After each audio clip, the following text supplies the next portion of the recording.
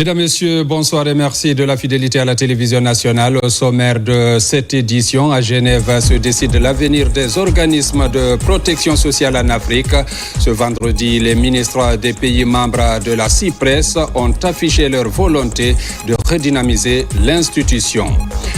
Des avancées dans le système de santé guinéen avec le renforcement de capacité des médecins initié par le CHU Donka. Un expert en chirurgie ORL pilote ce transfert de compétences au bénéfice des médecins locaux. Et puis, cette retrouvaille culturelle, Donkin Fouta, un espace de revalorisation des coutumes et mœurs, un point de développement pour initier des projets et programmes au bénéfice des localités. C'est tout pour les titres.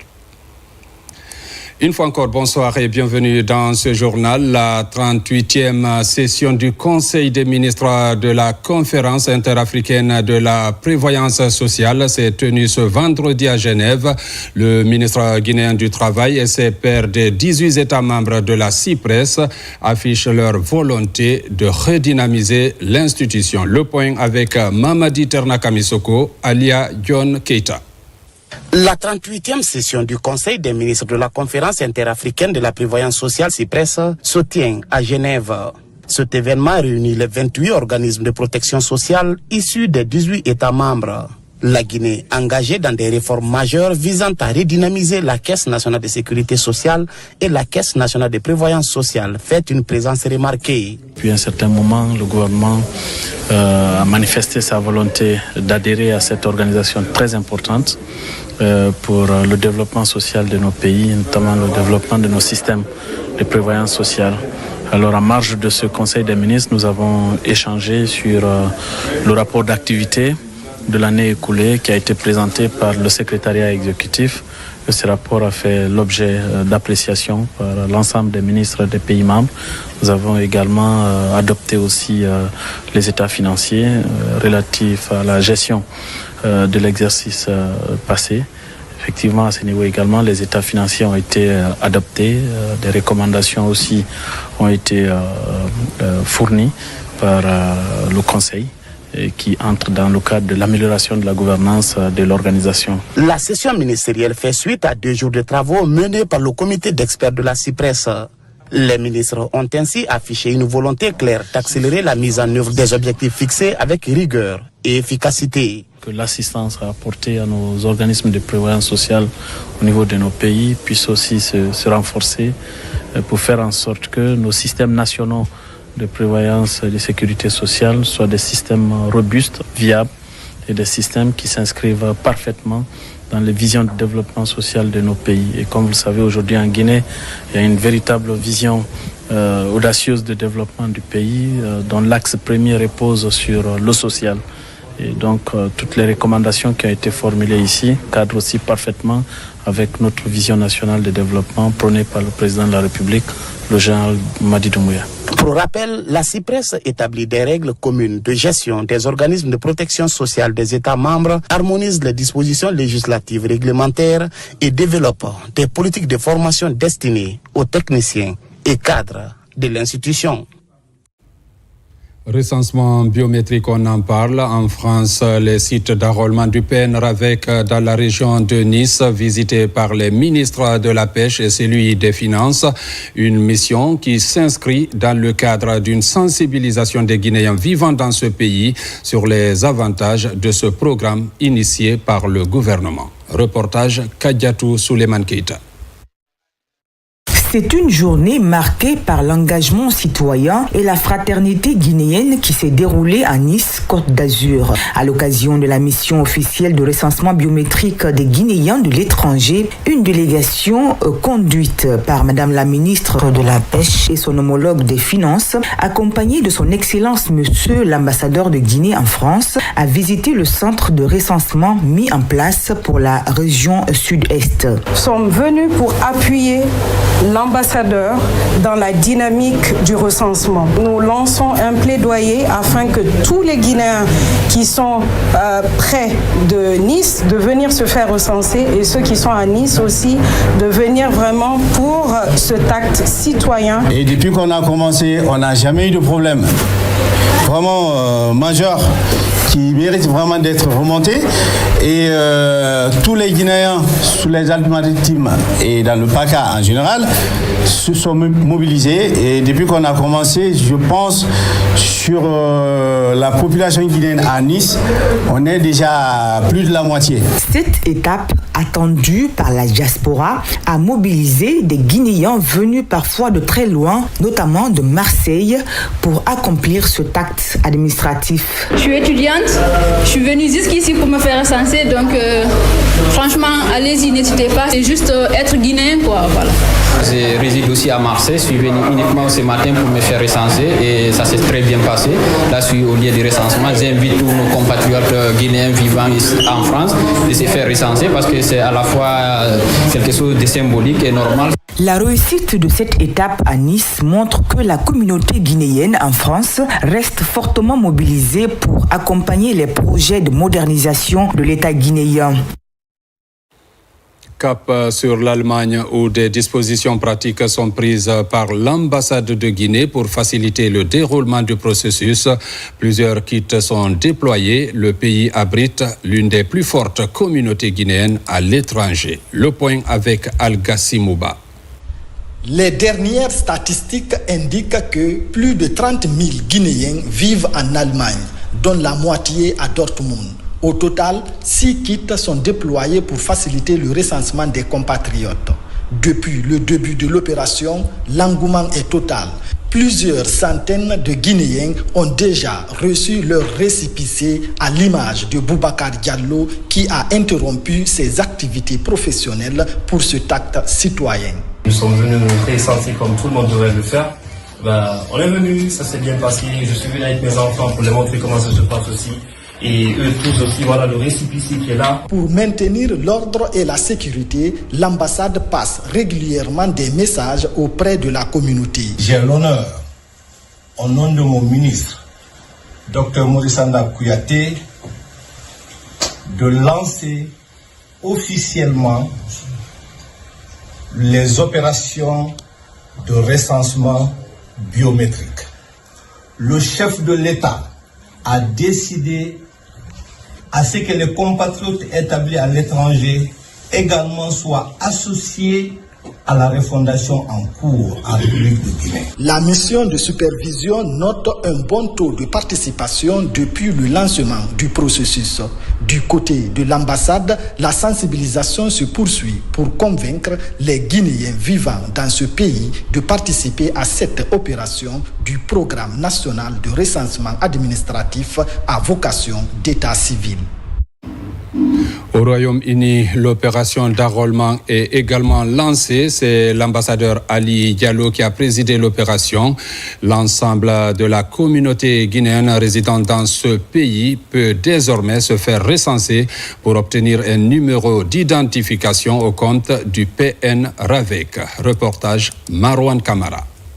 Le recensement biométrique des Guinéens établis au Royaume-Uni a démarré. Après l'envoi des kits de recensement et la formation des agents recenseurs, l'opération a été lancée dimanche à l'ambassade de Guinée à Londres par l'ambassadeur extraordinaire et plénipotentiaire Ali Diallo. À l'issue de la formation des agents recenseurs, je me réjouis bien sûr en votre présence de lancer officiellement les opérations de recensement biométrique à vocation d'état civil au Royaume-Uni. À cette occasion, je voudrais solennellement lancer un appel de mobilisation à l'encontre de tous les Guinéens au Royaume-Uni de se mobiliser, d'aller se faire recenser auprès des différentes commissions administratives dans les différentes villes, les 6 villes qui ont été retenues au Royaume-Uni.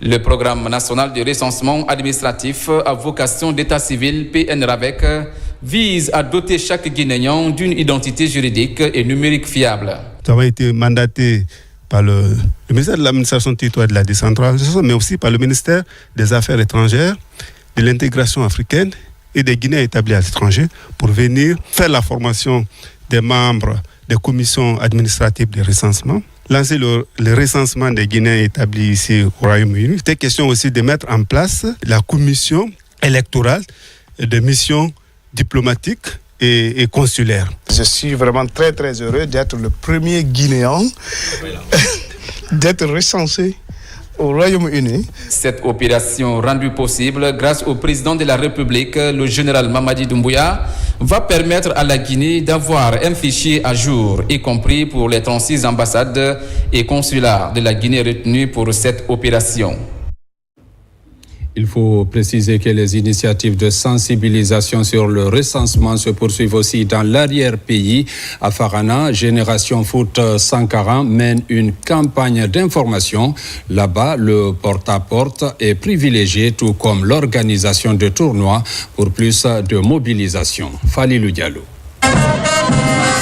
Tout a commencé par ce carnaval géant qui s'est ébranlé de la maison des jeunes au centre-ville de Farana.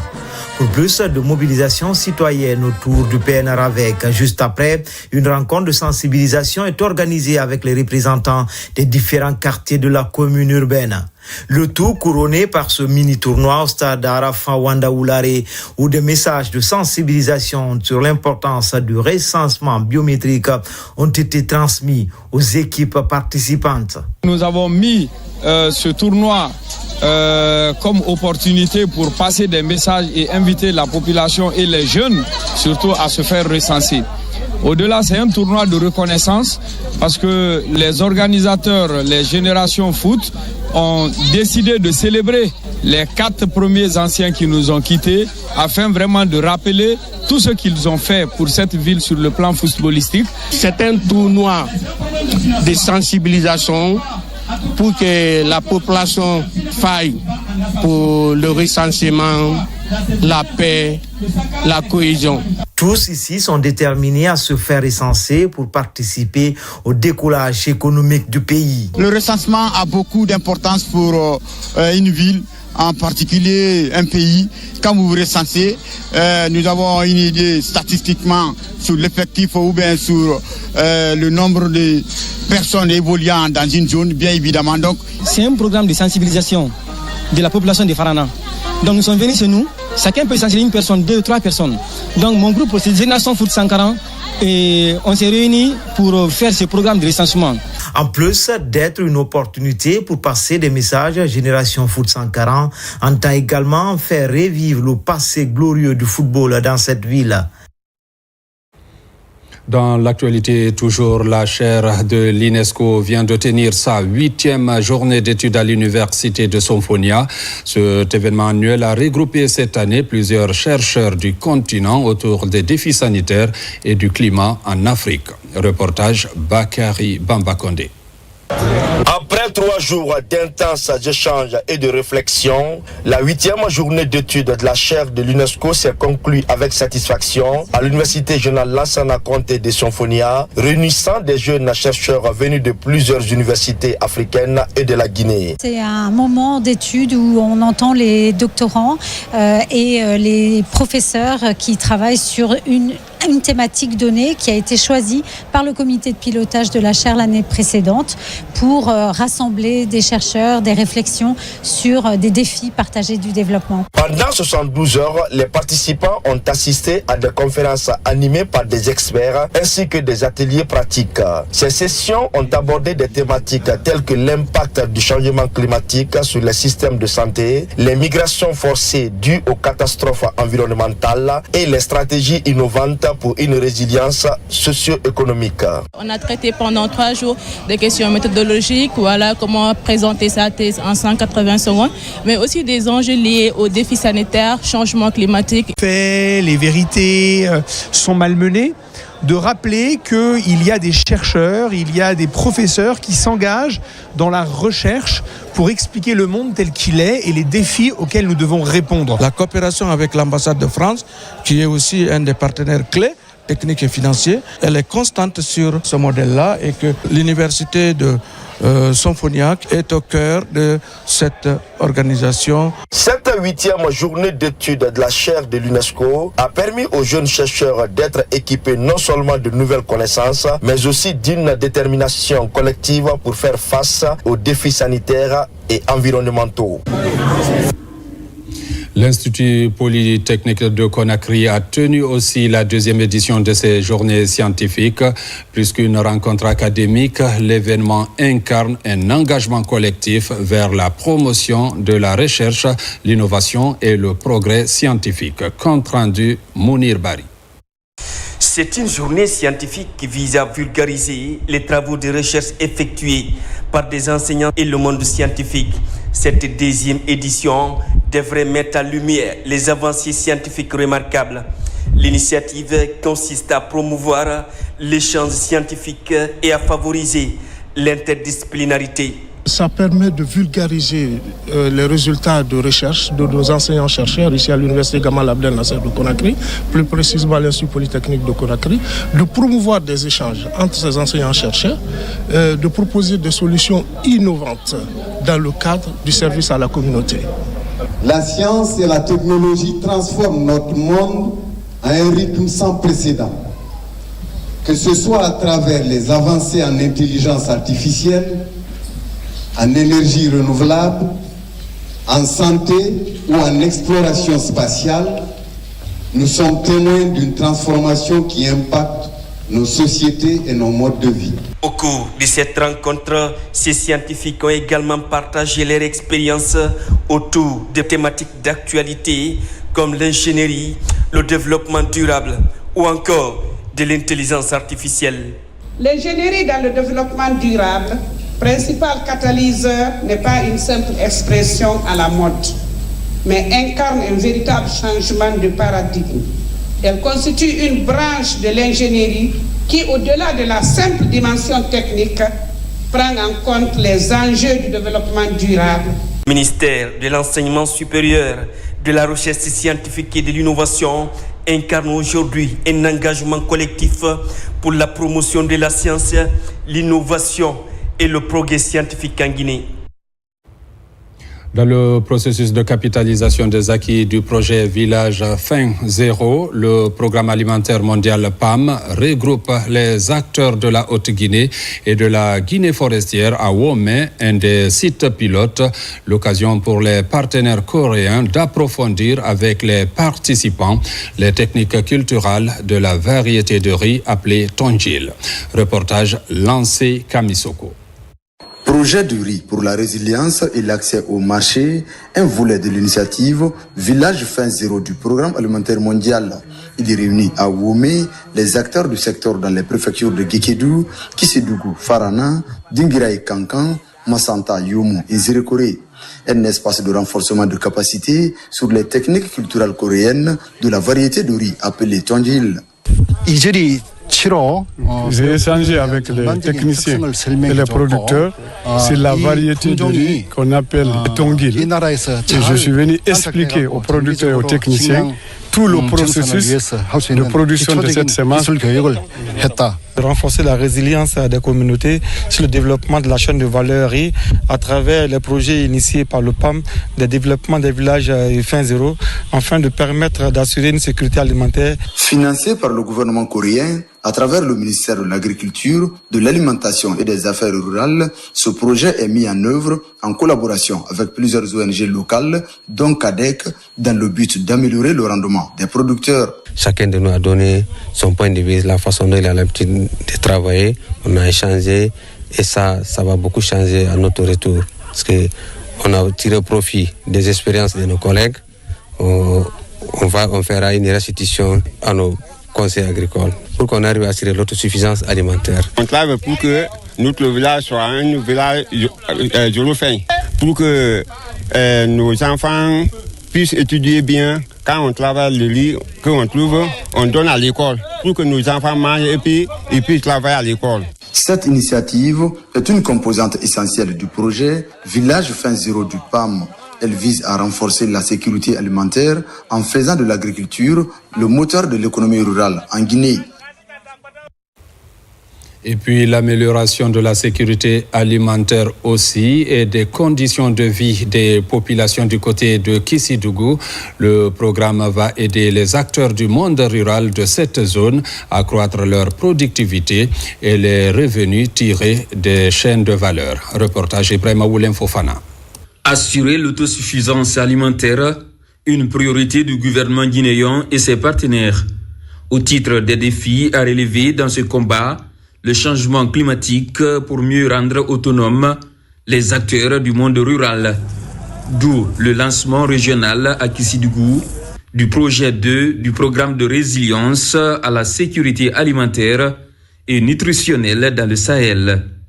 Il a pour objectif principal l'amélioration de la capacité de la population à être beaucoup plus résiliente face au phénomène de changement climatique qui continue aujourd'hui malheureusement à impacter négativement la vie de nos paysans à la base. Donc il fallait vraiment prendre les dispositions pour pouvoir préparer la population à la résilience, pour qu'elle puisse se prendre en charge, pour pouvoir vraiment surmonter les défis auxquels sont liés au changement climatique. Ce projet, appuyé par la BAD, concentrera ses efforts à lever les obstacles liés au stockage, à la valorisation et à la commercialisation des productions agricoles, pastorales, halieutiques et forestières. Si nous trouvons des projets qui peuvent nous appuyer à travers les communautés en termes de techniques culturelles, en termes de semences améliorées, en termes des espèces animales à production rapide, à point nommé dans la région. Nous allons commencer par un atelier technique pour regrouper toutes les personnes ou les unités concernées, leur donner des informations concernant le projet, demander leur adhésion pour qu'ils puissent s'impliquer. Durant cette rencontre, le projet est présenté aux parties prenantes dans ses différentes composantes afin d'obtenir l'adhésion dans sa mise en œuvre dans les régions d'intervention. Les sites d'implantation des infrastructures sont également identifiés. Justice avec l'élection d'une nouvelle équipe dirigeante à la tête du conseil d'administration de l'Association des magistrats de Guinée. Le juge du célèbre procès du 28 septembre, Ibrahima Sori de Tunkara, est élu par ses pairs comme président. D'autres magistrats également font leur entrée pour divers postes. Cette équipe prend fonction sous la promotion de l'unité et d'une justice forte. Reportage Tcherno Younoussaba. Les magistrats de Guinée renouvellent l'équipe dirigeante du conseil d'administration de leur association. Cette assemblée élective est organisée par une commission composée de magistrats. Elle est marquée par l'élection au poste de président de l'AMG du célèbre juge Ibrahima Sori de Tunkara avec un score de 98,2%. D'autres figures et non de moindres de la magistrature font leur entrée dans l'équipe. On avait un nombre d'électeurs de 504 magistrats, le nombre de votes de suffrages valablement exprimés est de 253, le taux de participation est de 50,20% et 4 suffrages nuls. Ce qui fait que j'ai l'honneur de proclamer M. Ibrahima Sori de Tunkara élu président du conseil d'administration de l'association des magistrats. Ibrahima Sori de Tunkara succède ainsi à Mohamed Diawara qui n'a brigué un second mandat. À Conakry, cette assemblée a mobilisé tous les magistrats sur le choix d'une nouvelle équipe dirigeante capable de porter les valeurs de la justice avec à la clé la promotion de l'unité et de l'éthique. Nous mesurons pleinement l'importance de cette mission dans un contexte où notre association traverse une phase difficile. Nous tenons aussi à adresser nos plus sincères félicitations à l'ensemble des membres du conseil d'administration sortant et plus particulièrement à son président pour le travail remarquable accompli durant leur mandature. Et nous espérons pouvoir bénéficier de leur expérience. Nous voudrions que nous saisissions ensemble cette occasion non pas comme un aboutissement, mais comme un renouveau, une opportunité collective de réaffirmer notre engagement commun. Je commencerai par vous remercier pour la dextérité avec laquelle vous avez pu organiser cette élection. Cette élection qui a été largement participative, elle a été transparente et je considère qu'aujourd'hui, elle a été acceptée. Pour la sécurité et la crédibilité de cette assemblée élective, la commission d'organisation a mis en place une plateforme de vote électronique permettant la participation des magistrats qui n'ont pu être dans la salle qui abrite la cérémonie. Une manière de garantir à chaque magistrat la latitude de faire librement son choix. Et puis cet ouvrage sur le droit, Djibril Magasuba met son expertise au service du droit. À travers 2 ouvrages pointus et accessibles, il offre aux étudiants, chercheurs et professionnels du droit des outils précieux pour mieux comprendre et maîtriser les réalités juridiques africaines. Reportage Maïmouna Bella Diallo. L'ouvrage Méthodologie juridique, paru chez Harmattan Guinée, est une référence de 184 pages signée Djibril Magasuba. Juriste, magistrat financier et enseignant-chercheur, l'auteur met son expertise au service des étudiants et des praticiens du droit. À l'université de Sonfonia, il est allé à la rencontre des étudiants et enseignants pour partager sa vision et répondre aux questions des jeunes juristes. La motivation pour écrire les 2 ouvrages, dont le premier intitulé Méthodologie juridique, le constat après à peu près 8 ans d'expérience en chargé de travaux dirigés, en chargé de cours magistraux, je me suis rendu compte que les étudiants ont d'énormes difficultés et les enseignements de 4 mois ne suffisent pas pour leur donner tout ce qu'il faut en méthodologie. Donc j'ai décidé d'écrire cet ouvrage, de mettre à leur disposition. Même après moi, ils peuvent continuer à lire. Mais ce n'est pas tout. Djibril Magasuba a aussi présenté un second ouvrage, Les créanciers chirographaires en procédure collective OHADA, une thématique technique et peu vulgarisée, mais essentielle dans le contexte juridique africain. C'était un sujet nouveau qui n'a pas été abordé. Il reste sur un terrain vierge depuis la création de l'OHADA en 1900. Les démarches ont commencé en 1991, les premiers actes ont été posés en 1997. De cette date à maintenant, aucun juriste, de manière doctrinale, s'est intéressé pour sortir un document à la matière.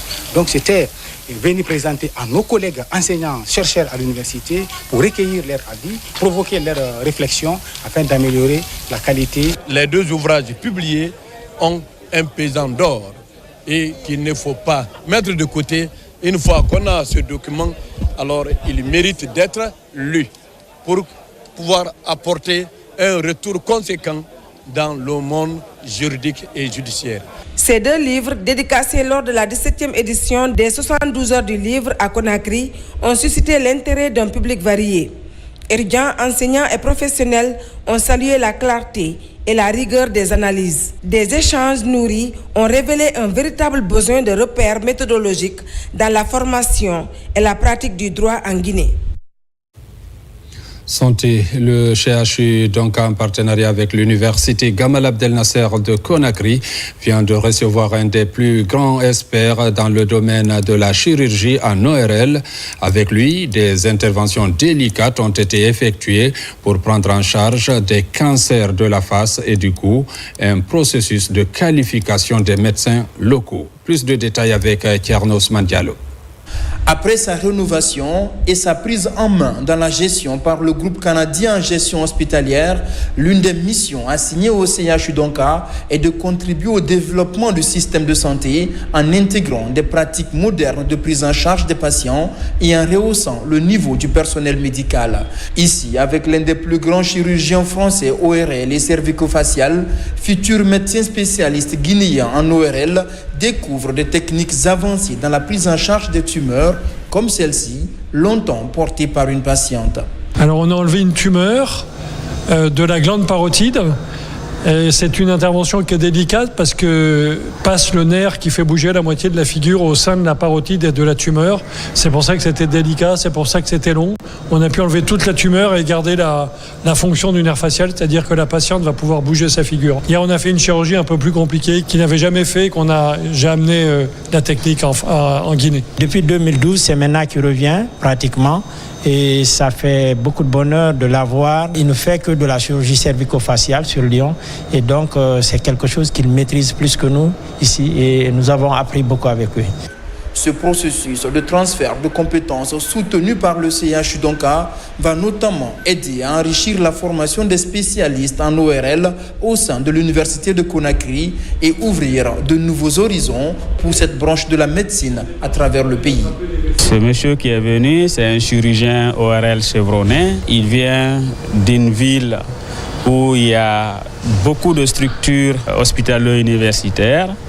Et donc, nous allons proposer des échanges entre ces structures hautement spécialisées et nos hôpitaux, mais aussi notre université. La science évolue, donc il faut se former, s'informer du jour au lendemain. Donc déjà sous le leadership de nos chers maîtres, nous acquérons beaucoup d'expérience avec l'appui maintenant des partenaires étrangers. Ça va encore booster l'efficacité de l'équipe de médecins ORL. Avec son plateau technique considéré comme l'un des plus modernes dans la sous-région, le CHU donc a investi dans la qualification du personnel médical et réalise de plus en plus des chirurgies complexes, contribuant à réduire les évacuations sanitaires. Aussi, ce programme de renforcement de capacité des agents formateurs du Centre des métiers industriels de Guinée aux gestes qui sauvent en cas d'accident ou d'incendie. Il s'agit de leur doter de compétences nécessaires pour faire face aux situations d'urgence avant les secours. Reportage Sona Sagno. Au cours de cette rencontre, tout a commencé par l'enseignement des maîtres mots, protéger, secourir et alerter.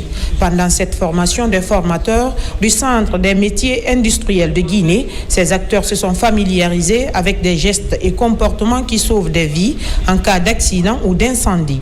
Un renforcement de capacité qui va permettre à ces agents d'acquérir de nouvelles compétences en matière de protection civile. Aujourd'hui, la santé-sécurité est un outil essentiel dans le corps du métier industriel, dans le corps du métier minier. Et nous pensons qu'en formant nos formateurs, nous pourrons être aptes demain à répondre à la formation des entreprises minières pour le projet de développement économique qui est le projet CIMAN 2040. Durant des heures, ces agents formateurs ont appris quelques techniques de base, entre autres la réanimation cardio-pulmonaire et la gestion des hémorragies. Ces renforcements de capacité, certains avaient déjà quelques notions. Tout le monde est plus ou moins éveillé à ce genre de choses, mais là, du coup, on remet un petit peu des gestes on remet un peu des comportements et les gestes adaptés. L'idée, c'est pas de faire non plus le geste parfait sur une PLS, une position latérale de sécurité. Là, ce sont vraiment les premiers gestes de secours, et là, on le résume en une demi-journée. J'ai appris à travers cette formation comment secourir en premier lieu en cas d'accident ou en cas d'étouffement. Cela va nous permettre de nous protéger et en même temps sauver des vies. À travers cette formation des formateurs, la direction du Centre des métiers industriels de Guinée réaffirme son ambition de continuer à renforcer la sécurité des personnes face à d'éventuels cas de catastrophe. La protection de la biodiversité, la Guinée a adopté un programme qu'on appelle BioDev 2030. Il englobe plusieurs aspects concernant les aires protégées. À Kindia, des acteurs échangent dans ce sens sur l'élaboration d'un projet pilote qui va prendre en compte la résilience au développement durable. Explication Alpha Yayasila.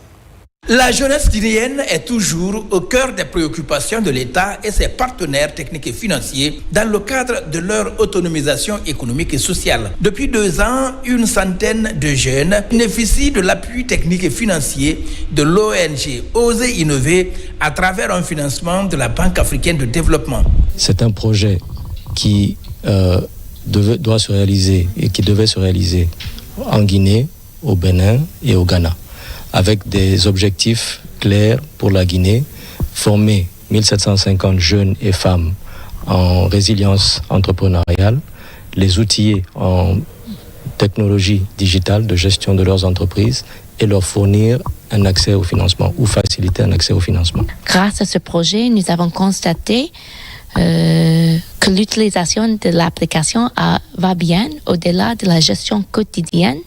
Elle a permis à des entrepreneurs guinéens d'accéder à des prêts non garantis, leur offrant ici un soutien précieux pour faire face des imprévus ou de saisir des nouvelles opportunités. Oser Innover investit dans l'écosystème entrepreneurial pour déclencher un changement social en autonomisant les jeunes pour l'auto-emploi à travers la formation, l'investissement et l'accompagnement. Avec Oser Innover, déjà, il faudra reconnaître que dès le départ, ils ont mis en place un process qui nous a permis de bénéficier d'abord de formations qui ont permis à Nialimadi de rentrer dans une nouvelle dynamique avec les différentes thématiques dans les différents programmes de formation tels que la résilience émotionnelle pour un entrepreneur. C'est une formation qui est capitale. Si aujourd'hui une première phase a permis de former 1750 jeunes à l'intervalle de 2 ans, c'est sur la formation de la jeunesse qui pourra éradiquer le chômage. 1750 jeunes ont bénéficié de cet appui de Oser Innover et ses partenaires. Elle compte poursuivre l'élan entrepris afin de couvrir les régions administratives au bénéfice des jeunes entrepreneurs. Le ministère des Affaires étrangères, en collaboration avec l'OIM, poursuit son programme de rapatriement des compatriotes en détresse hors de nos frontières. Plus de 120 personnes regagnent le pays, dont la majorité sont des femmes. Un soulagement pour ces jeunes Guinéens de retrouver la liberté. Reportage Makeme Donzo Moussa Bangoura. Le phénomène migratoire s'est de plus en plus féminisé ces derniers temps. Sur les 125 compatriotes rapatriés d'Égypte, 106 sont des femmes. Certaines d'entre elles ont eu des enfants à l'aventure et sont retournées au bercail avec eux. Aujourd'hui, ils sont au pays grâce au pont aérien mis en place par le président de la République, le général Mamadi Doumbouya.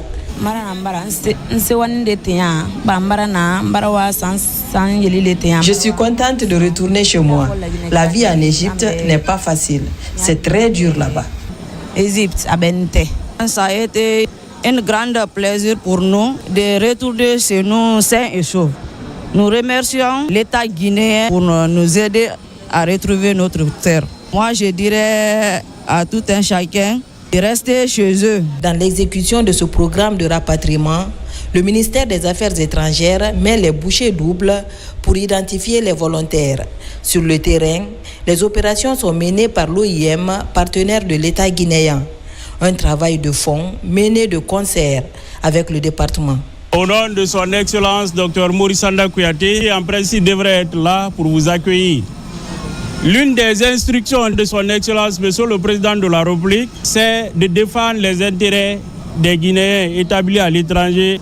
C'est pourquoi aujourd'hui le gouvernement guinéen, sous son leadership, a travaillé avec l'OIM pour faciliter le retour aujourd'hui de 125 Guinéens. Nous sommes très heureux de vous recevoir chez vous. Ici, vous serez traités dignement. Il me charge de vous dire que le gouvernement guinéen est disposé à vous accueillir à bras ouverts.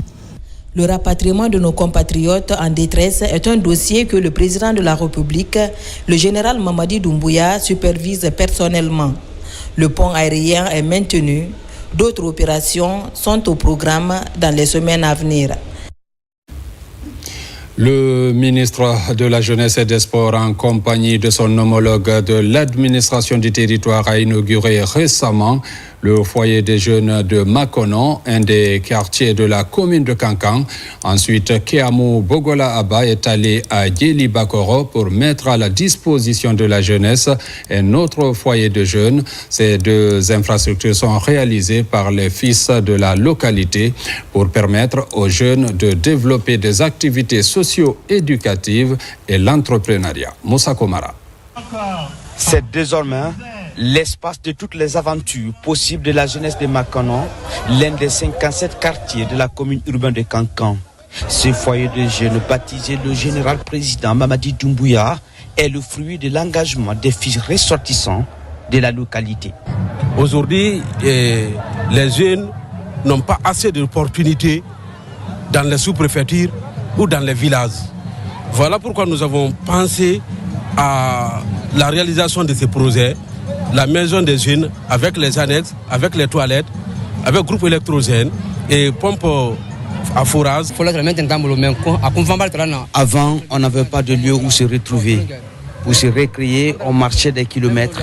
Et aujourd'hui, voici notre bisou grâce à nos frères au gouvernement. À Makonon, la liesse est populaire pour accueillir l'infrastructure. L'occasion unique pour la population de plaider les autorités à réaliser un terrain de sport et un collège sur place pour réduire le déplacement des élèves vers le centre-ville de Kankan. Même sentiment à Guéli-Bakoro, où les habitants sont fortement mobilisés pour la mise à disposition de ce foyer des jeunes, construit également par un fils du terroir. Je me rends compte que je ne me suis pas trompé. Parce que quand on voit l'engouement qui est là aujourd'hui, comment les populations ils sont si contents pour une telle salle, donc ça me rend fier. Nous sommes trop contents pour notre maison des jeunes. Le président nous a eu vraiment. Lisez-vous même l'enthousiasme. Nous allons nous récréer ici maintenant et apprendre la culture. Ces deux infrastructures juvéniles réalisées à Makonon et Guéli-Bakoro participent à l'effort de formation et d'éducation socio-culturelle des jeunes. Nous voulons donc profiter pour remercier le conseiller du président, pour remercier la communauté qui a pensé à ce projet. Nous, en tant que ministère utilisateur, nous mettrons tout en œuvre pour une bonne utilisation, pour une occupation saine de la jeunesse. Ce bel exemple va sans nul doute façonner l'avenir des jeunes de ces localités. Il marque un pas important vers leur épanouissement dans un monde en pleine mutation. À la baie, un espace de retrouvailles et de prise de décision utile pour le développement s'est créé à marge des fêtes de Tabaski. Donc, Mfuta, qui à sa 2e édition, est une occasion pour faire revivre les coutumes et mœurs dans une cohésion sociale parfaite. Reportage Abdoulaye Ningelande Diallo. L'association pour le développement intégré de Diary Adid fête la Tabaski par ce don de documents didactiques et pédagogiques. Le but est de contribuer à l'amélioration de la qualité de l'enseignement dans la sous-préfecture de Diary. Un geste de l'association en partenariat avec l'ONG Guinnovation. C'est un don qui est composé de beaucoup de documents, que ce soit des livres d'histoire, géographie, mathématiques, français, sciences d'observation, à tous les niveaux pour soutenir l'école primaire de Diary. Mise à disposition de ces documents didactiques et pédagogiques par l'ADID en collaboration avec l'ONG Guinnovation est hautement appréciée par la communauté de Diary. Je suis heureux que l'ADID, l'Association pour le développement intégré de Diary, et Guinnovation se donnent la main, qu'il y ait un partenariat et qu'on achète des livres pour les écoles primaires de Diary, donc pour encourager leurs frères, leurs aînés qui se sont occupés de l'achat des livres pour Diary et qu'on va sauvegarder ces documents-là. Quiconque veut qualifier son enseignement, il faut avoir la documentation. C'est ce que vous avez fait. Donc l'ONG qui a donné, elle est à remercier, elle est à encourager, à plus d'un titre. Depuis plusieurs années, l'Association pour le développement intégré de Diary contribue à l'amélioration des conditions d'apprentissage des enseignants et des élèves de la sous-préfecture de Diary. Le dernier acte en date est la remise d'un kit scolaire numérique aux autorités locales de l'éducation. À l'occasion de la célébration de la fête de Tabaski à Boké, des cérémonies de réjouissance culturelle ont été organisées dans la commune urbaine de Boké et dans la sous-préfecture de Kolaboui. Partout, les groupements des femmes et troupes artistiques à travers des pas de danse ont épaté le public. C'est pour aussi revaloriser les coutumes et mœurs. Reportage Younousa Tawel Kamara. À l'occasion de la célébration de la fête de Tabaski, la plateforme des femmes leaders pour le progrès de Boké mobilise toutes les couches sociales du terroir autour d'une réjouissance populaire. C'est dans le cadre de la relance de la culture traditionnelle de Kakande profond. Durant 3 jours, le chef-lieu de la préfecture a vibré au rythme de la danse traditionnelle communément appelée Kakande Namouni.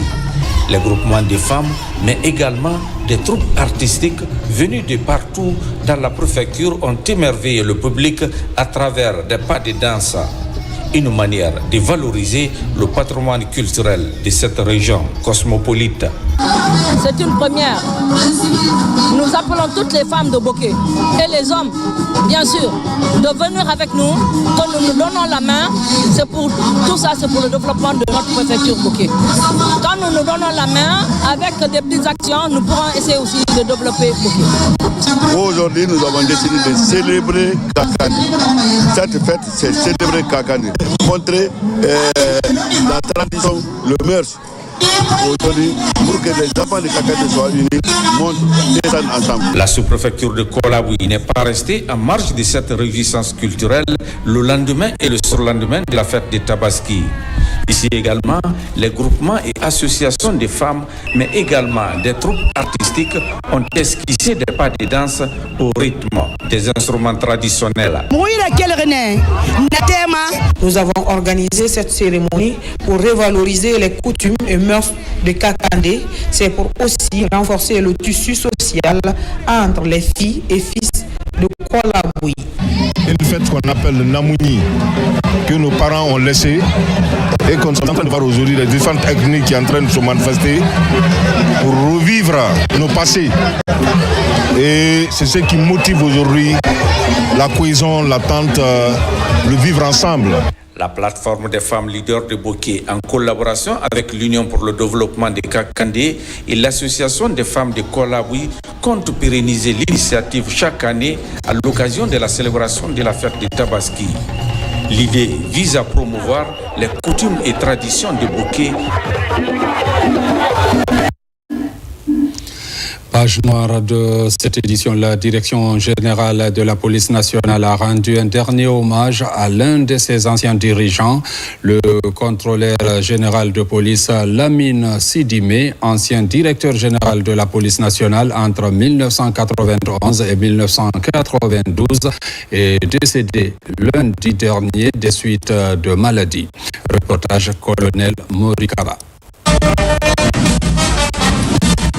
Décédé lundi dernier, la dépouille mortelle de l'ancien directeur général de la police nationale, Lamine Sidimé, a été exposée ce vendredi dans la cour du ministère de la Sécurité et de la Protection civile. Organisée par la direction générale de la police nationale, cette cérémonie a été marquée par des hommages dignes du rang de ministre disparu. En 1938 à Garoua, dans la République de Côte d'Ivoire, après l'accession de la Guinée à l'indépendance le 2 octobre 1958, il sera de la toute première promotion de la police nationale. Il suivra une formation d'informateur également à l'école supérieure de police de Clermont-Ferrand en France. De 1975 à 1984, il occupera le poste d'adjoint. Ensuite, celui du chef du personnel du ministère de l'Intérieur et de la Sécurité. Contrôleur général des services de police. Il sera nommé commissaire urbain de Vicine, Montmo-Liberté. Ensuite, directeur adjoint de la sûreté de Kilia. Directeur de la sûreté de la province de Dubreka. Directeur général de la police nationale de mars 1991 à mars 1992. Le contrôleur général de police, désormais fait Lamine Sidimé, référence d'humilité sans précédent, rejoindra sa dernière demeure aujourd'hui. La police guinéenne, donc, vous avez présidé la destinée à un moment donné de votre parcours, retiendra de vous un grand précis attaché aux valeurs humaines et d'une intégrité de haut niveau pour le rayonnement de l'institution policière. Anciens collaborateurs, parents, amis et proches se sont réunis autour de la famille éplorée. Tous ont salué les qualités humaines et professionnelles du défunt. Exprimer à vous personnellement, à votre cabinet, à toute la famille policière de Guinée, notre gratitude infinie pour cette cérémonie funèbre, pour accompagner notre défunt, le commissaire Lamine Sidimé, que la famille nous appelons affectueusement l'ami commissaire. En reconnaissance de ses loyaux services rendus à la patrie, Lamine Sidimé a eu droit à un défi d'honneur de co-constitué de la police nationale et de la protection civile. Il laisse derrière lui une épouse, 4 enfants, des collaborateurs et des amis profondément attestés.